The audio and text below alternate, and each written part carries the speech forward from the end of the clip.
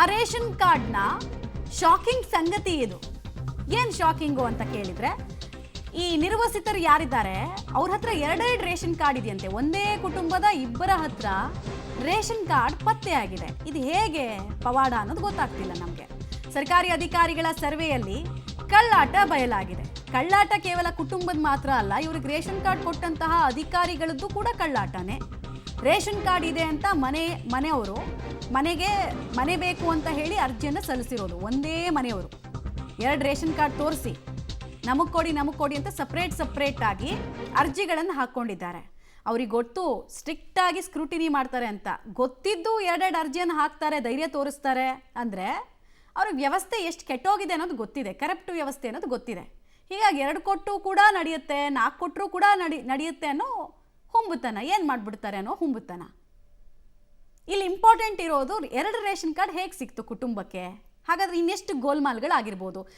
ಈ ವಿಜುವಲ್ಸನ್ನೇ ನಾವು ನೋಡಿದಾಗ ಹಿಂದೆ ಆ ಪ್ಯಾನ್ ಕಾರ್ಡ್ ಯಾವಾಗ ಜನರೇಟ್ ಆಗಿರೋದಂತೆಲ್ಲ ನೋಡಿದಾಗ 1-1.5 ವರ್ಷದ ಹಿಂದೆ ಜನರೇಟ್ ಆಗಿರೋದು ಡೀಟೇಲ್ಸ್ ಕೊಡ್ತಾರೆ. ಲೋಕೇಶ್, ಒಂದು ಕುಟುಂಬಕ್ಕೆ 2 ರೇಷನ್ ಕಾರ್ಡ್ ಅಂದರೆ ಕುಟುಂಬದ ಕಳ್ಳಾಟ ಜೊತೆಗೆ ಅಧಿಕಾರಿಗಳ ಕಳ್ಳಾಟ ಎರಡೂ ಕೂಡ ಎಕ್ಸ್ಪೋಸ್ ಆದಂಗೆ ಆಯಿತು. ಸೊ ಏನು ಕ್ರಮ ಆಗುತ್ತೆ? ಮತ್ತಿದ್ದು ಈ ಕುಟುಂಬದ ಹಿನ್ನೆಲೆ ಏನೇನು ಡೀಟೇಲ್ಸ್ ಇದೆ?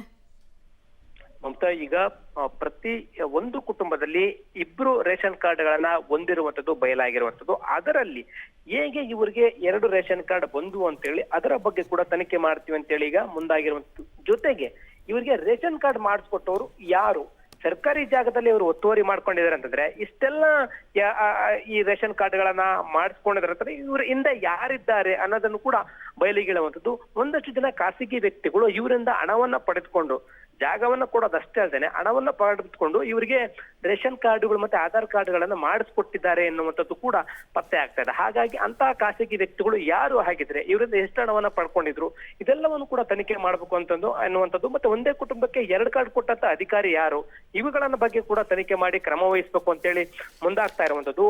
ಒಂದೇ ಮನೆಯವರು 2 ಅರ್ಜಿಯನ್ನ ಮನೆ ಬೇಕು ಅಂತೇಳಿ ಹಾಕಿರುವಂತದ್ದು. ಅಧಿಕಾರಿಗಳು ಸ್ಟ್ರಿಕ್ಟ್ ಆಗಿ ಪರಿಶೀಲನೆ ಮಾಡಿದ ಸಂದರ್ಭದಲ್ಲಿ ಈ ವಿಚಾರ ಬಯಲಾಗಿದೆ. ಒಂದೇ ಕುಟುಂಬದ ಸದಸ್ಯರು 2 ಅರ್ಜಿ ಹಾಕಿ ನಮಗೂ ಮನೆ ಕೊಡಿ ಅಂದಾಗ ಕೊಡೋದಕ್ಕೆ ಏಕೆ ಸಾಧ್ಯ ಅಂತೇಳಿ ಈಗ ರಿಜೆಕ್ಟ್ ಮಾಡ್ತಾ ಇರುವಂತದ್ದು ಪತ್ತೆ ಆಗ್ತಾ ಇರುವಂತದ್ದು. ಹಾಗಾಗಿ ಇವರ ಬಳಿ 2 ಡಾಕ್ಯುಮೆಂಟ್ಗಳು ಹೇಗೆ ಬಂದು ಅನ್ನೋದನ್ನು ಕೂಡ ಆಶ್ಚರ್ಯಕರ ಆಗಿರುವಂತದ್ದು. ಅಧಿಕಾರಿಗಳು ಕೂಡ ಈಗ ಸ್ಟ್ರಿಕ್ಟ್ ಆಗಿ ಆ ಭಾಗದ ಫುಡ್ ಡಿಪಾರ್ಟ್ಮೆಂಟ್ ಅಧಿಕಾರಿಗಳನ್ನು ಕೂಡ ಮಾಹಿತಿ ಪಡ್ಕೊಳ್ತಾ ಇದ್ದಾರೆ. ಇವರಿಗೆ ಹೇಗೆ ಕೊಟ್ರಿ, ಇವರಿಗೆ ಯಾವ ಬೇಸಿಸ್ ಮೇಲೆ 2 ರೇಷನ್ ಕಾರ್ಡ್ಗಳನ್ನು ಕೊಟ್ರಿ ಅನ್ನುವಂಥದ್ದು, ಯಾವ ಒತ್ತಡ, ರಾಜಕೀಯ ಒತ್ತಡ ಇತ್ತ ಅಥವಾ ಖಾಸಗಿ ವ್ಯಕ್ತಿಗಳು ಈ ರೀತಿ ದುಡ್ಡನ್ನ ತೆಗೆದುಕೊಂಡು ಮಾಡಿದ್ದಾರೆ ಅನ್ನುವಂಥದ್ದು ಕೂಡ ಎಲ್ಲವನ್ನು ಕೂಡ ಮಾಹಿತಿ ಕಲೆ ಹಾಕುವಂತ ಕೆಲಸ ಮಾಡ್ತಾ ಹೋಗ್ತಾ ಇದ್ದಾರೆ. ಈ ರೀತಿಯಾಗಿ ತಾರಾತಿಕ್ತಿ ಮಾಡಿರುವ ಈ ದಾಖಲಾತಿಗಳ ಸಂಗ್ರಹ ಮಾಡಿರುವಂತ ನಿರಾಶ್ರಿತರ ಬಳಿ 2 ಡಾಕ್ಯುಮೆಂಟ್ ಬಂದಿರೋ ಹಿನ್ನೆಲೆಯಲ್ಲಿ ಅರ್ಹತೆ ಇರುವಂತವ್ರಿಗೆ ಮಾತ್ರ ಮನೆಗಳನ್ನ ಕೊಡ್ಬೇಕು ಅಂತ ಹೇಳಿ ಈ ರೀತಿ ಡೂಪ್ಲಿಕೇಟ್ ಅಥವಾ ನಕಲಿ ದಾಖಲಾತಿಗಳನ್ನ ಇಟ್ಕೊಂಡಿರೋದಾರ ಅನ್ನುವಂತ ಕೂಡ ಚೆಕ್ ಮಾಡಿ ಮನೆ ಕೊಡ್ಲಿಕ್ಕೆ ಮುಂದಾಗ್ತಾ ಇದ್ದಾರೆ. ಆದ್ರೆ 2 ರೇಷನ್ ಕಾರ್ಡ್ ಇರೋರಿಗೆ ಒಂದ್ ರೀತಿ ತನಿಖೆ ಬಿಸಿ ತಟ್ಟತ್ತೆ ಅಂತ ಹೇಳಿದ್ರೆ ತಪ್ಪಾಗ್ಲಿಕ್ಕಿಲ್ಲ. ಮಮತಾ, ಧನ್ಯವಾದ ಲೋಕೇಶ್, ನಮ್ಮೆಲ್ಲ ಮಾಹಿತಿಗಾಗಿ.